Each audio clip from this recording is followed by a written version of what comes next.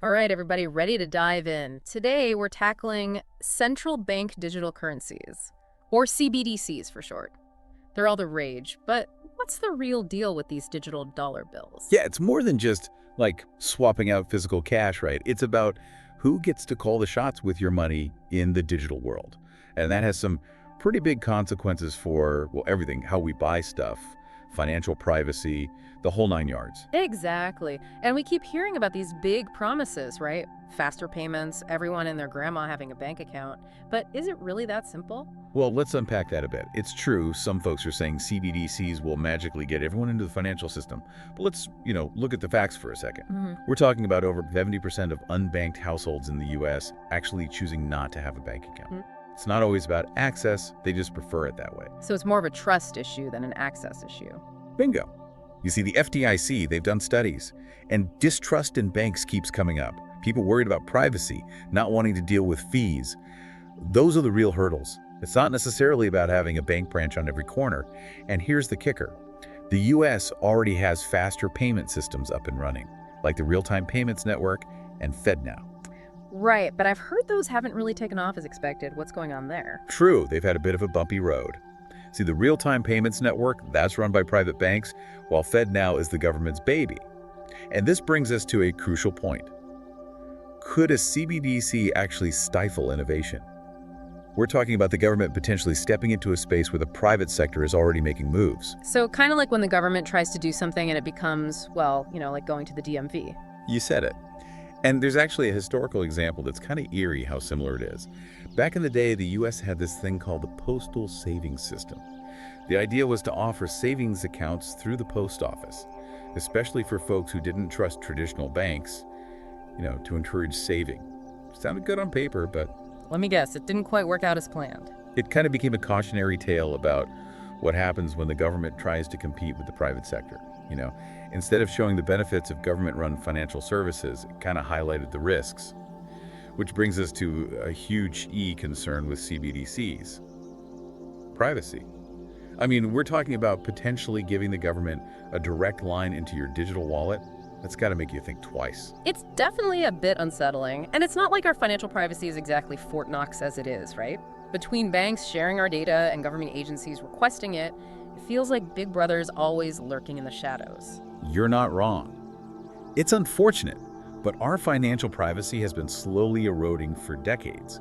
It goes back to court decisions like United States v. Miller back in '76. Basically, this case established what's called the third-party doctrine. Imagine you tell a friend a secret, knowing they might tell someone else. You've kind of given up that expectation of privacy, right? Same idea with your bank. Once you share your financial info, it's not just between you and the bank anymore. And then there's that Bank Secrecy Act, the one that requires banks to report suspicious transactions, right? Like if I suddenly start withdrawing like $1 million every week. That's the one. Enacted back in 1970 to fight money laundering, it's become a major part of financial surveillance. The problem is, those reporting requirements have exploded over the years, driven by, well, everything worries about terrorism financing, tax evasion, you name it.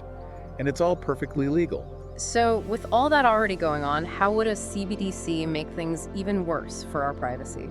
Okay, imagine this. Every single purchase you make, no matter how small, is recorded and potentially accessible by the government. Just bought a cup of coffee. Boom, they know. Made a donation to a political cause you support. Yep, they've got that on record too. It's like handing them a detailed map of your entire financial life. Okay, so it's not just that they could be watching, it's that they would have all the details right there. And knowing how often data gets leaked or, misused these days, that's kind of terrifying.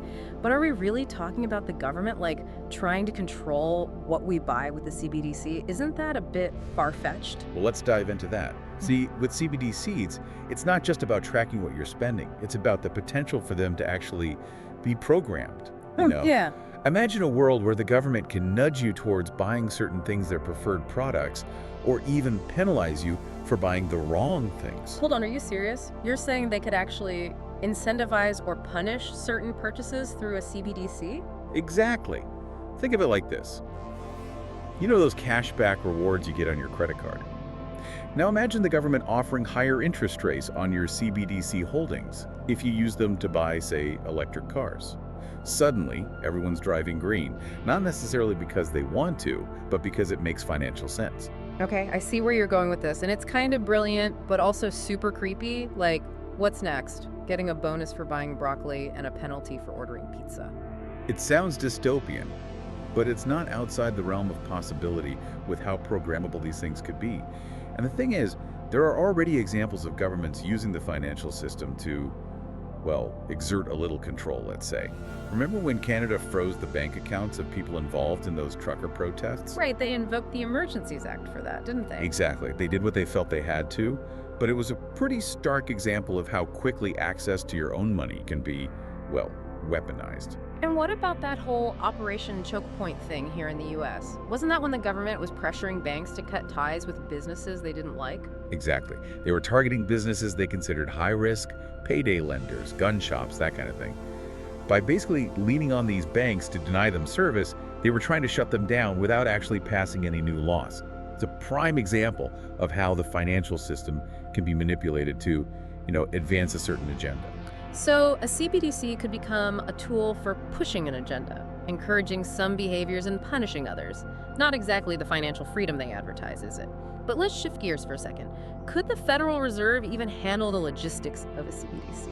We're talking about managing individual accounts for millions upon millions of Americans. I mean, they're a central bank, not exactly known for their customer service skills. It'd be a logistical nightmare is what it would be.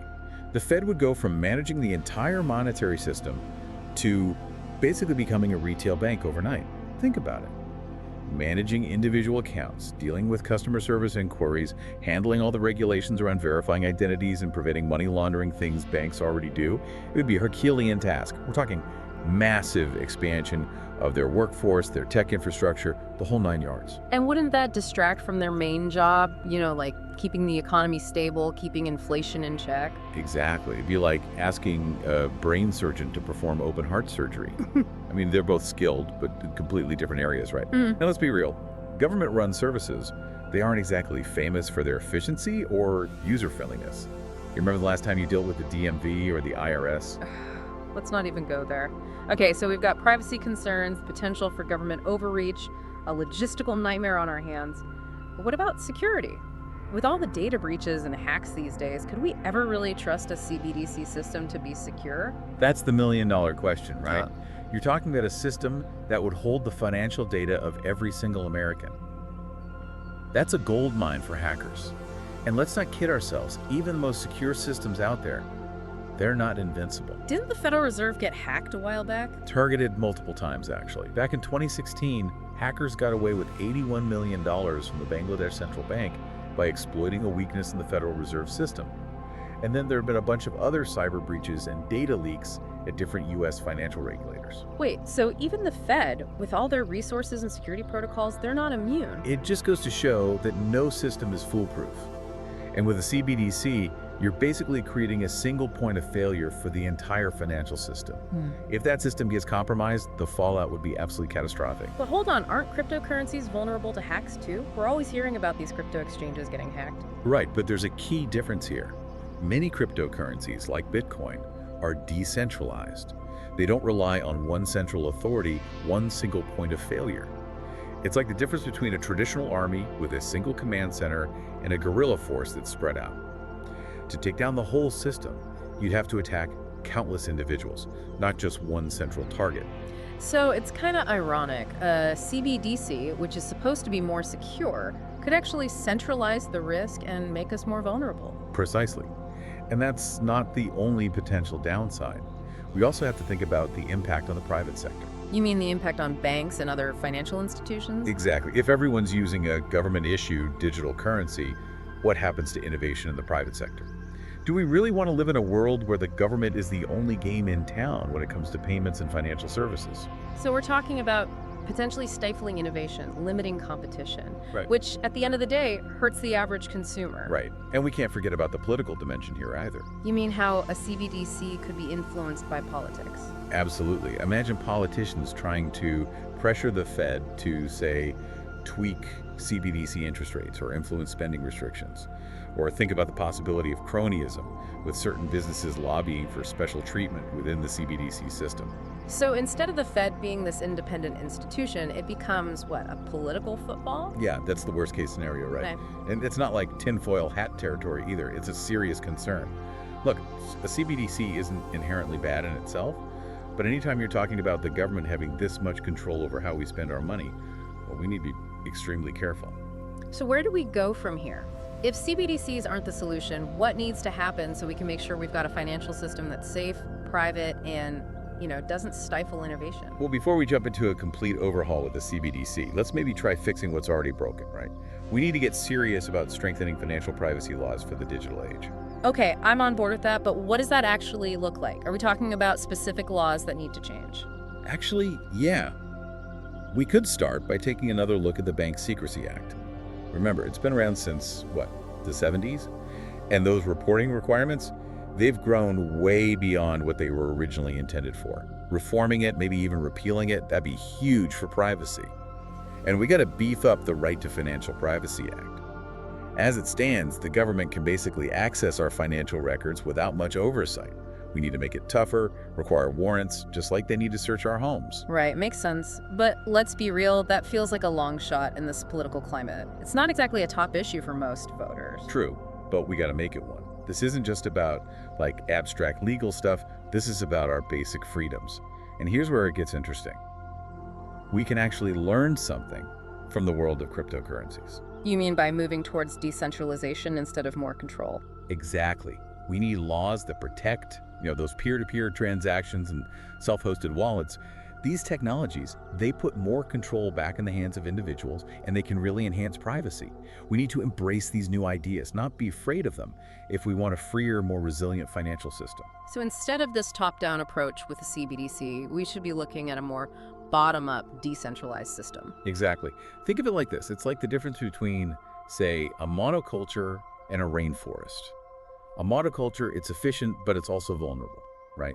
A rainforest, on the other hand, it's diverse, it's adaptable, it's incredibly resilient. And that's the kind of financial system we need, one that embraces innovation, empowers people, and respects our privacy. This has been a wild ride, that's for sure. So much to think about. For our listeners, now that they're basically experts on CBDCs, what's the one thing you want them to take away from all of this? Think for yourself. Ask the tough questions. And don't just assume that a digital dollar is automatically a good thing. The future of money is being decided right now, and we all have a say in it. Demand transparency, protect your privacy, and support innovation that empowers people. The choices we make today are going to determine what our financial lives look like tomorrow. That's all the time we have for today. A huge thank you to our expert for joining us on this deep dive. And to our listeners, thank you for tuning in. Don't forget to like, subscribe, and share this episode with your friends. Until next time, stay curious and keep asking those important questions.